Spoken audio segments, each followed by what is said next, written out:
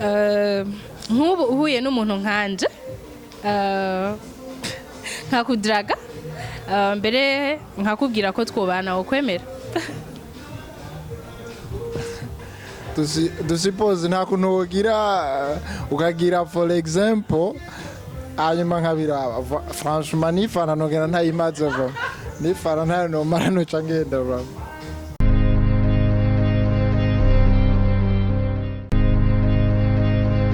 Hello bakunzi ba Burundi Flex TV mwiriwe cyangwa mwaramutse bivanye naho muherereye kuri micro muri kumwe na Fred Niyonkuru inyuma ya kamera muri kumwe na n'umuntu mutazi cyane hama turi mu kiganiro gishasha cya kiganiro cyanyu cyitwa Let's No More aho dutumira abatumire babiri bakabazanya ibibazo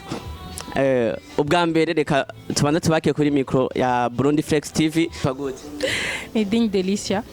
yego hama namwe mwitwa gute bon nitwa DJ Oli yego. Mu kiganiro cyacu dufise impapuro zibiri aho umwe wese aza gutora urupapuro rwiwe hama bakabazanya ikibazo kandi akondisiyoki nawe simba ikibazo ngo yonge ibiki n'ibiki ni kwishura kuko iki kiganiro cigisha ugwaruka abajene cyane abajene bako barazamuka nkuko kwaje. Kiganiro cyacu kiratanguye reka dutangure kuri Delicia atanguye kubaza ikibazo cya mbere turakwakiriye Delicia. Ikibazo cya mbere kivuga ngo kuki uryohewe cyane en fait Oli kubera donc uryohewe cyane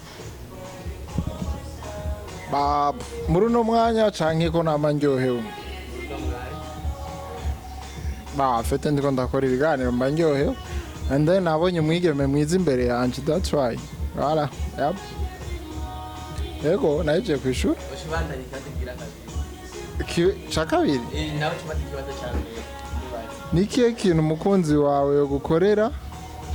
kikakubabaza uburyo naho yofukama akarira utopfumo babariye bon anchitinze vraiment jewe sinibat ibindi byose no bisiporta ariko kunjitinga kubera iki none uncitinga kubera iki wankunze donc nturi satisfaisante urumva urinzi gereka ko wundi c'est-à-dire ko utari satisfait urumva uvuze yuko akugiretse ko wundi urumva niyo mubabarira oya vraiment bandanye badagira kabiri ni kihe kintu kibi kimaze kugushikira n'ubu ucibutse bituma ugira stress nyinshi amugare ibibazo byanyu turiko turabaza hari ukuntu umenga ntibikwiye peut-être ngira umuntu ashaka kuvyagura kubera ko usanga bivaye n'inyishu umuntu abatanze ari guca umengo ndagiza agasu question bwako mwaduha ivyo dusoma kundi reka tubigomeze uko oya ko bwawe ubonye ko hariho ikintu kibura washaka kugishirako entre yambajije ikintu cyanshikiye cyambabaje ku buryo n'ubu cibutse kigutera stress ça pensé tu sais avuga gute bon byo bijanye n'icyambere parce que iyo ukunze umuntu cyane tu vois bon icyambere cyo mbuza amahera nari ndayitetse ico kintu kirambabaza cyane hanyuma ikindi nagira mvuge nuko iyo ugiriye confiance umuntu mu buzima and then urumva ico kintu vraiment chama kimbabaza. Ikibazo ca kabiri ni bushikiriwe mada nicihe cyane nicihe cyane iki okay niki kintu kibi ubona mu buzima bwa misi yose uburyo umugenzi wawe ukimubonye ko ukamuhanura akanka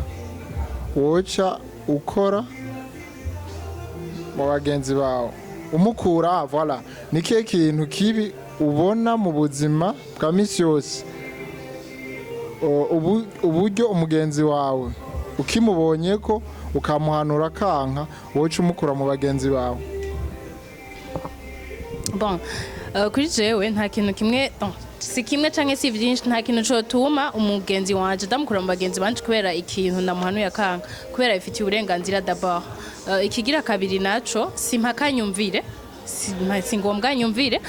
ndafise kumuhanura akaba adashobora kubitahura mbwa ntibice bisigura yuko nca ndamukura mu bagenzi banje ariko ncamenya ukuntu mbana nawe bivanye n'iyo ngeso ndamubonyeko ego 3 Manda burya nta bantu urabafuta mu bagenzi bawe dabatwe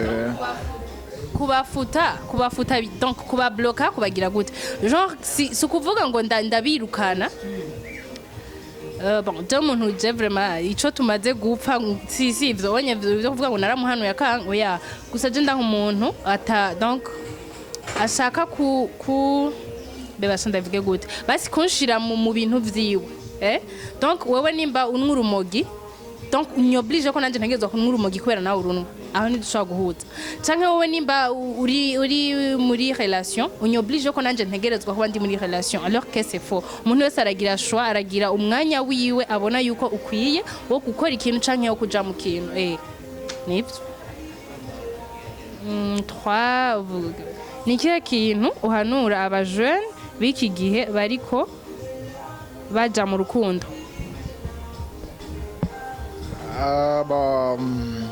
Antweta jemona nitwageraho kibazo ca kane twoca dukaye impapuro kwako ndiko ndamubaza ivyorosha akambaza ibigoye navuga nti gute umuntu wese kuja mu rukundo n'ishwa y'umuntu sivyo kandi ugerageje kuraba umwe wese arafise igituma kimutera kuja mu rukundo so ico no hanura ni vyiza kuraba ivyo urimwo kumenya ivyo urimwo pagu kuhubuka ce que je peux dire ouais et dans la vie faut kugira ma principe ya ukavuga uti je iki kintu ndakigiyemo ico nshaka ni ça arrive des fois ugasanga wavyinjiyemo bivanye n'ibishobisho canke tusa mugabo ni vyiza ko ukwiye kumenya ivyo urimo voilà ikibazo ca kane kubwaho urukundo ni iki définition utanga n'ama exemple voilà bon pour moi urukundo sina definition mbona ruhari parce que mu gihe cyose ubona ushobora kuba ufise ikintu ukundira umuntu ico sico kubera ko umuntu ni wa undi ukunda donc we nawe ukicara ukibaza ati vyagenze gute bimeze gute kubera ko navuga ngo ndamukundiye amahera ni yahera bizoca bigenda gute navuga ndamukundiye ububoga arashaka kugwara bizoca bigenda gute donc navuga yuko urukundo ari ikintu kikuzamo sino rurafise ibiruherekeza sino kuvuga ngo ndarudefinisa dufate n'uburabye nkawe ukaraba nko ku mukunzi wawe ibyo bintu uvuga ati jewe nakurikije kubyo ndamukunda oya bon je nta critère ngira mu rukundo kubera ndazigize no bamndiko donc sinzi gusa jewe ikintu namasaba Imana narasavye Imana ko ishobora kumpa umutipe ankunda ikigira kabiri ndasaba Imana ko ishobora kumpa umutipe atanwa inzoga ndasaba kandi Imana ko ishobora kumpa umutipe en fait akuze ari mature ashobora donc twumvikana dutahurana cyo kirakwiye okay uvuze ngo umutipe akuze tusha tumenya ko hari ibi nk'aba papa bacu ibiki bazi ko usanga bakuze nubacaza kugutumbera ubyifata gukura ni mu mutwe urashobora kufisa imyaka 40 mugabo gifisa akantu kubwana mu mutwe ariko mu gihe donc uri mature uri mature urashobora kuba mature à 25 à 20 à 30 kuduga mugabo igikuru ni jambo rikuvamwo n'ubwenge bukurimo suri yanku ego cyane ego ikibazo gira kane tandukanye umukunzi n'urukundo umukunzi n'urukundo umukunzi n'umuntu ayi mu rukundo ni novuga gute ni sentiment ego je nuko nabivuga tugiye no ngaha tubonye umuntu aba ari urukundo hama sinahuye neza muri ico kibazo ngene wishuye uti ntandukanye urukundo n'umukunzi umukunzi n'umuntu ufitiye urukundo niko bimeze nivyo twashatse ko utandukanye ibyo bintu bibiri ngana bitandukanije nabyo atandukanye gukunda ni ikintu en fait like ni uburyo wiyumva uravyumva ariko umukunzi n'umuntu si ikintu n'umuntu urumva umukunzi n'umuntu ufitiye gwa rukundo voilà baje bivuzeko oya ni bon nabandanya n'ikibazo gikurikira nk'ubu umukunzi wawe aguhaye amategeko aruta ay'ababyeyi bawe kandi wewe umukunda cyane wabandanya umukunda canke En fait nta tegeko riba mu rukundo sinibaza ko hari itegeko birashika ugasanga umukunzi wawe umva birashika ugasanga umukunzi wawe akakubwira ati ntuzose kugenda nujya ntuzose gukora iki umuvyeyi wawe ntabyo arakubuza agasanga umukunzi wawe kabikubuza mbe wewe mwabandanya mukunda canke si itegeko parce que urukundo mama ankunda n'urukundo papa ankunda n'urukundo umukunzi wanje ankunda c'est très différent ico maze kugitahura tahura yuko wewe nimba yakubujije ikintu nuko haba hariho impamvu akikubujije so ikiba gisigaye nukuraba si réellement ico kintu gikwiye kugiheba canke ariko arakurengera ubonye ariko arakurengera naho urashaka kumwegera donc nuvuga yuko haba conversation nico gituma imisi yose yo habuze conversation mu rukundo byose birapfa muraganira ukamubwira ati yamara iki kintu naho uri kurakimbuza vyari bimeze kunuko kubwanje no mandabigenza gucanke twobigenza uko hako tubiheba donc mukumvikana sino itegeko ntiribaho mugabo manzi umenye impamvu d'abord yatumye akubwira kijya kintu arashobora no kugukebura plus que mama wawe canke papa wawe kuko ugiye kuraba hariho ibintu ushobora kumubwiraho utobwira papa canke utobwira mama mugabo wewe maze kubimubwira atabona ati no uyu muntu ariko arambwira ibi bintu harimwe agahaze uriko bitahura muri ujya mwanya papa ntavyatsi muri ujya mwanya mama ntavyatsi so nta tegeko birashika tugaba ati pingene tumeze ugasanga kora iki wase je nuzose kumvugisha kubwa bigushikiye bigushikiye ni cyo kintu cyo ukora uretse ko atamutipe turahura ngo abimbwire nta nuwo niteze ko azobimbwira parce que d'abord nk'umutipe agwana ngo wakubise umukobwa yagize iki ubwira umukubite so ikintu jewe nibaza nta mutipe ashaka kumbwira ngo no ndikunda kumbwira tumvise nisho ba fete ineka aravuga sinzi lake none amukubise ntutahura wayo yamukubise sisho gutahura wayo yamukubise est-ce que uramukubise yakoze ikosa umukubise acari hebe ararihebye en fait sishigikiye umuntu akubita umukunzi mugabo uvuze uti ntutahura igituma mukubita kumukubita ni novuga nti nukurengerwa parce que umuntu wese agira reaction yashavuye canke ashikiwe n'ikintu atari yiteze reka ndagusaba ikintu kimwe ikintu nzi umuhungu ukuboko kumwe agufisemo urukundo urukundi agufisemo imbabazi twebwe abakobwa udashaka kutwihanganira canke ngo donc udutahure nta mukobwa n'umwe mwohuza kuko abakobwa d'abord twama twumva umengo turi abantu we bo hejuru umukobwa ategerezwa ko amari hasi donc bagabo kunda abagore banyu kubera ko barabizi ko bigora kudukunda abagore natwe twubahe ko barazi yuko donc bitugora so umutipe vraiment kubita umuhungu kamaze kibazo gikurikira bakunzi ba Burundi Flex TV tubasaba kuga subscribe comment kwino channel yacu tucabandanya n'ibibazo turi kumwe n'abatumire babiri Delicia hamwe na DJ Oli reka tubandanye n'ikibazo ca Delicia nk'ubu uhuye n'umuntu nkanje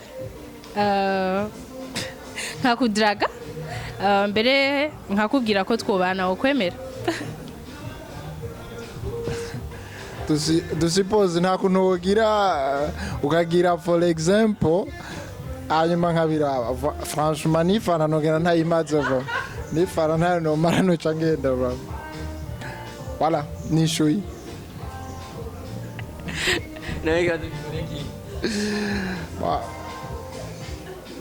uri prête kwishura iki kibazo nakahe kamaro k'isazi akamaro bonko bwanje ntako mbona maybe kubandi Imana yayiremeye iki ibintu byose Imana yaremye worazi icatumye ibirema aho urazi igituma Imana yandemye ntaco nzi franchement kubwanje ntaco mbona ibibazo n'iby'iwanyu muri babiri urumva twagiye na sisi ni ikihe kintu ukunda gufungura hamwe bamara 3 jours utagifunguye donc wogikumbura cyane ibiharage bro ego ikibazo c'indwi ni iyihe ngeso wibona ko mbi uburyo nawe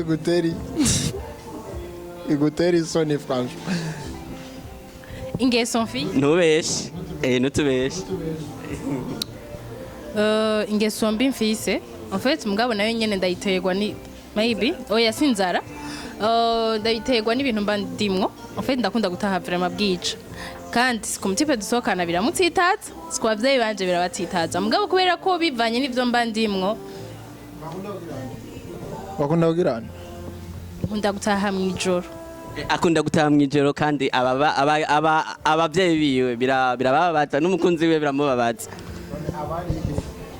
abari hehe nabyishuye navuze yuko mba ndi mu bintu by'akazi canke bon rero dufate nk'akazi gahera nka 3 z'ijoro cyangwa 4 z'ijoro ako kazi nakiki wowe ukora wowe uri umuzamu cyangwa oya sindi umuzamu par exemple ndakunda kuba umu MC ndakunda gutegura ibiteramo ndakunda kuba ndiko ndategura ibintu bitandukanye ndaja mu manama atandukanye ndaja mu conference atandukanye ndategura ama conference donc rero ni ibintu usanga kandi kenshi nk'abantu dukorana baba ari abantu bakuze rero niba abandi baca kugira ngo turakora donc turavugana canke inama iraba après dutashe tuvuye ku kazi aho bava ku kazi 17h 18h urumva yuko iyo singeso ingeso ako nakazi ka misi yose uvuze singeso je nta ingeso bon yo gutwenga iyo singeso quoi nini ingeso genre ingeso ok je vois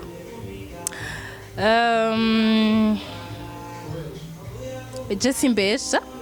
ahubwo inzoga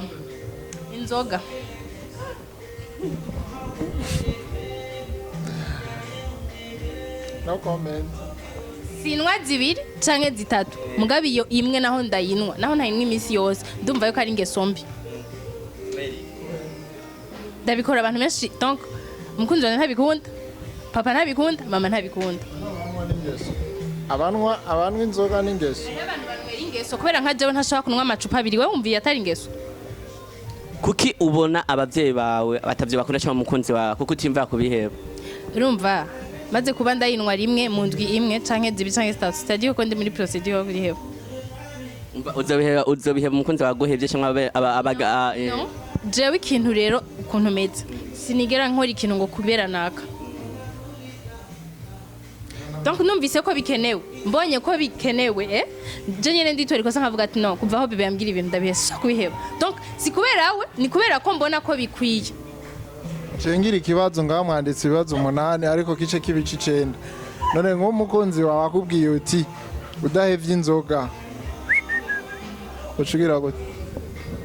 kandi aho kuco kibazo bavuze yuko ikintu gikora kubera umuntu ugikora kucyumvisemo nawe akubajije ati nubu acyakubwira ati nk'umukunzi wawe inzoga utazebye ko acaguheba wowe cyo byifata mu gode d'abord yoba yankunze atabizi ko ndazima kuko ico nzi ico je dukundanye ndakubwira tu canke ntaho nabikubwira ndakwiyereka je wiconzi kugira ngo umenye ukuntu njera ahubwo nimba réellement nkunda yomfasha ukuntu noziheba nayo guca mbwira ngo utazihevye ndakubwira mada uri kuraja iruhande y'intoze ufite uri kurazana utuntu kugira ngo ushobore kwishura ikibazo ciwawe vuga uti ego canke oya ba voilà je change la question ndakubwiye nti turasohokana uraziheba ntuziheba afite nkoresheje gisoda mugabo nayo kuvuga mu yindi voilà muganda bivuze kugira uvyumve uraheba inzoga ntuheba parce que je t'aime noziheba mugabo wumva yuko ntoba ndazihevye kubera ko ndazishaka kubiheba ni hahandi nca ntangura kwiyiba ni hahandi nca ntangura ingeso wese je simbi urakoze ni hahandi nca ntangura kubwira be uri hehe ndi muhira ndi mu kabari be wanyoye iki nanyoye amazi nanyoye inzoga ikibazo shangira ngaho ko mu buzima bwa misi yose yo amakupure menshi ari kubwizanya ukuri mbe wewe umva utaba ugiye mu bintu byo uriko uzanye ukubesha mu rukundo nanje nico gituma kugira ngo ntitubeshanye uwo manzi donc ukantahura ahubwo ukamfasha kuziheba ko nimba ubona réellement bigutsitaza dushaka kuntakaza umfasha nibisanzwe urukundo none rwihanganira byose mbe kubera iki mu critère navuze ntigeze mvuga ngo amahera canke ngo idini canke ngo ameze uku nuku kubera ko ivyo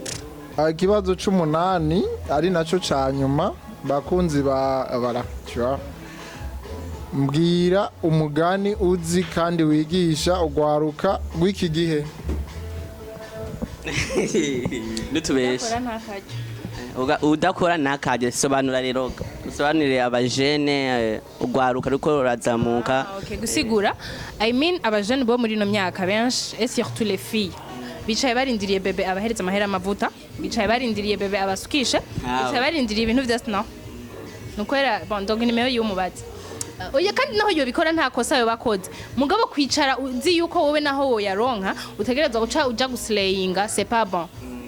kandi ikindi kintu naca abantu benshi bazi yuko ubuzi ari kuja mu biro twicaye 24 heures canke amasaha 10 nangahe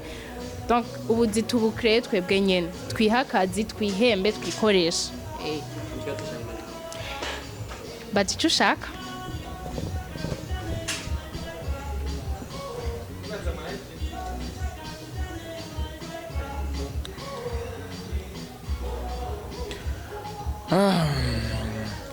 Bah, comment dirais-je? La majorité y'ibibazo umenga byishuye. En fait, simbona ikibazo no mubaza ikibazo ushaka kwa kwishura muri no mwanya kubgawe byo utokumva utomwandike ukimubwira ati ni kiraje yifuza kugira amahehaje ryari wifuza kugira mariage ryari mbaje ryari jewe just donc sindiko ndaharura igihe ariko aho byoshikira byose umutipa turi kumwe akaba ari décider nanje nkaba ndi décider suite angorana okay mu guheraheza ikiganiro cyacu reka tusi I mean naho yobejo ariko akaba donc tukabihurizako nkumva ndi ready nawe ari ready nta kibazo na kimwe nanje kibazo cengira nga ukunda abatipe bamaze gute je navuze critère z'umutipe nshaka n'umutipe atanwa inzoga n'umutipe ankunda n'umutipe ayubaha imana umviriza igiki ukuna meze ukavuga ati je ngundi mu ari romantique kwe ashaka kuvuga ati je ngunda abatipe barebare ngunda abatipe bonze ngunda abatipe bibunene ibintu nk'ibyo je ndakunda umutipe ari romantique umutipe anje romantique vraiment ne muguhereza ikiganiro cyacu nakeka jambo mubwira abakunzi ba Burundi Flex TV aba bashishikare bagira ico bavuze ku kiganiro twakoze and then bashishikare bashigikira amatara y'abana b'i Burundi voilà ego wewe bagire subscribe ku batarabikora hanyuma ba partage kino kiganiro ku batakironsa kukironka hanyuma nabo ndabakunda akantu kanyuma ndababaze mwibibazo hari ikintu hari n'ikibazo cyo baca babangamiye mu buzima bwa misi yose cyangwa ni all right ni bon ni sawa hani havyo bose baba cengira wa hariya wafyonze bakunzi ba Burundi Flex TV mwibuke kugira subscribe comment and share ciao ciao